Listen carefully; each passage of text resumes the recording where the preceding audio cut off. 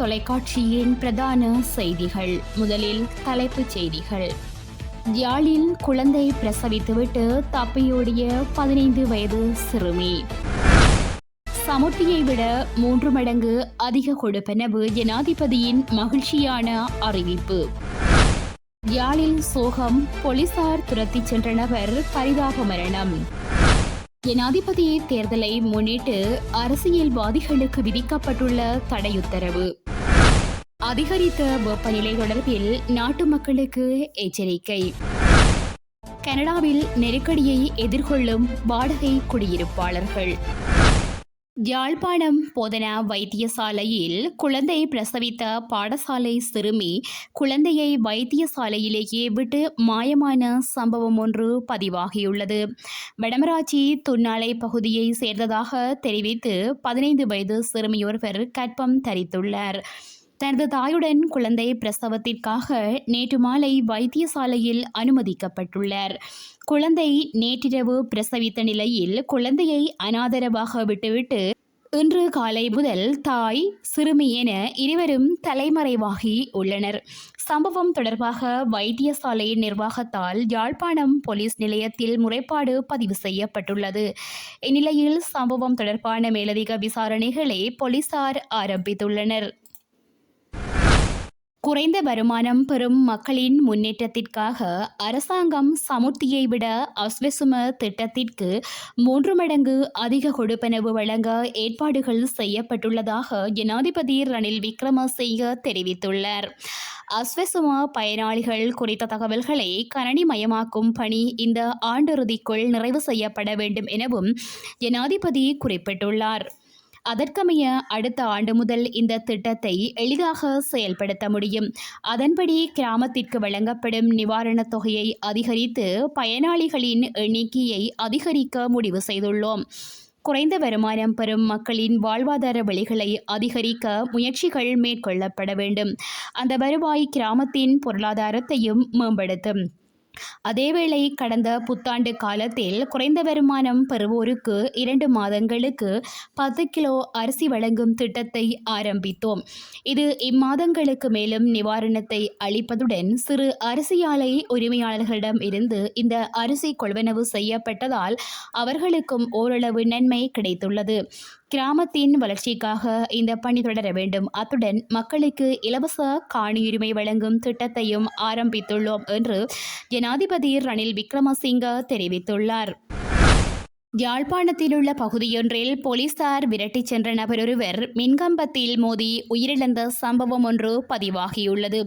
இந்த சம்பவம் நேற்றிரவு புன்னாலை கட்டுவன் பகுதியில் இடம்பெற்றுள்ளது. குறித்த சம்பவத்தில் அப்பகுதியில் பொதுமக்கள் கூடியதால் குழப்பமான சூழ்நிலை ஏற்பட்டுள்ளதாக தெரிவிக்கப்பட்டுள்ளது. கலாலி போலீஸ் நிலையத்தில் கடமையாற்றும் போலீஸ் அதிகாரிகள் மோட்டார் சைக்கிளில் சென்ற நபரை மறித்துள்ளனர். இதன்போது குறித்த நபர் தொடர்ந்து பயணிக்கவே விரட்டி சென்ற போலீஸ் அதிகாரிகள் குறித்த நபர் பயணித்த மோட்டார் வண்டியை உதைத்து வீழ்த்தியதில் குறித்த நபர் மின்கம்பத்தில் மோதி உயிரிழந்தார் என பொதுமக்கள் குற்றம் சாட்டியுள்ளனர். உயிரிழந்தவரின் சடலம் தெல்லிப்பளை ஆதார வைத்தியசாலையில் வைக்கப்பட்டுள்ளது.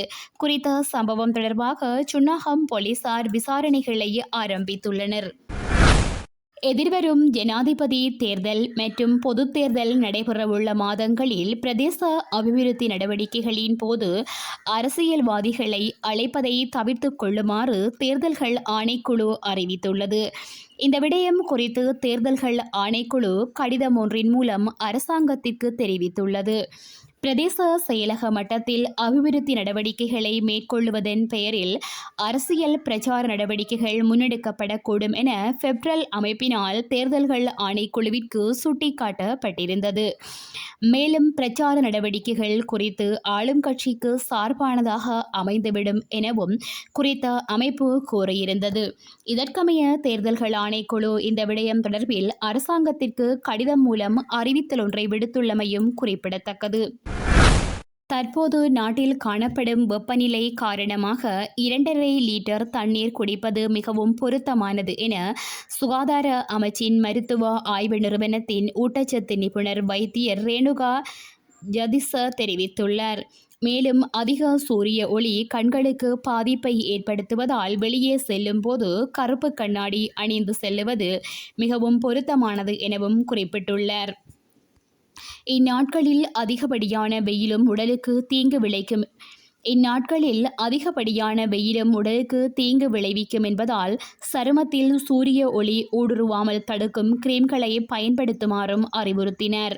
அத்துடன் தர்பூசணி, ஆரஞ்சு, வெள்ளரி போன்றவற்றில் பானங்கள் தயாரித்து குடிக்குமாறும் கேட்டுக்கொண்டுள்ளார். இவற்றை உட்கொண்டால் உடல் குளிர்ச்சியடையும். போதுமான அளவு தண்ணீர் குடிக்காததால் சிலர் மயக்கமடைந்து விடுகிறார்கள் எனவும் கூறினர். மேலும் வெயிலில் பயணம் செய்யும் போது தொப்பி அணிய வேண்டும், இறுக்கமான ஆடைகளை அணிய வேண்டாம், பருத்தி ஆடைகள் போன்ற லேசான ஆடைகளை அணியுங்கள் எனவும் அறிவுறுத்தியுள்ளார். கனடாவில் வாடகை குடியிருப்பாளர்கள் பெரும் நிதி நெருக்கடி நிலைமையை எதிர்நோக்க நேரிட்டுள்ளதாக தெரிவிக்கப்படுகின்றது. ஒப்பீட்டளவில் வீட்டுரிமையாளர்களை விடவும் வாடகை குடியிருப்பாளர்கள் இந்த நெருக்கடிகளை எதிர்நோக்குவதாக தெரிவிக்கப்படுகின்றது. வீட்டுரிமையாளர்கள் குத்தகை கடன் தொகை அதிகரிப்பு காரணமாக எதிர்நோக்கும் நெருக்கடிகளை விடவும் வாடகை குடியிருப்பாளர்கள் பெரும் சிரமங்களை எதிர்நோக்கி வருவதாக தெரிவிக்கப்படுகின்றது. குத்தகை கடன் பெற்றுக் கொண்டவர்களை விடவும் ஏனைய கடன் பெற்றுக் கொண்டவர்கள் கூடுதலாக பாதிக்கப்பட்டுள்ளதாக தெரிவிக்கப்படுகின்றது. நாட்டில் தொடர்ச்சியாக வாடகை தொகைகள் அதிகரித்து செல்வதாகவும் இதனால் வாடகை குடியிருப்பாளர்கள் பாதிக்கப்பட்டுள்ளதாகவும் தெரிவிக்கப்படுகின்றது. இத்துடன் செய்திகள் நிறைவடைகின்றன.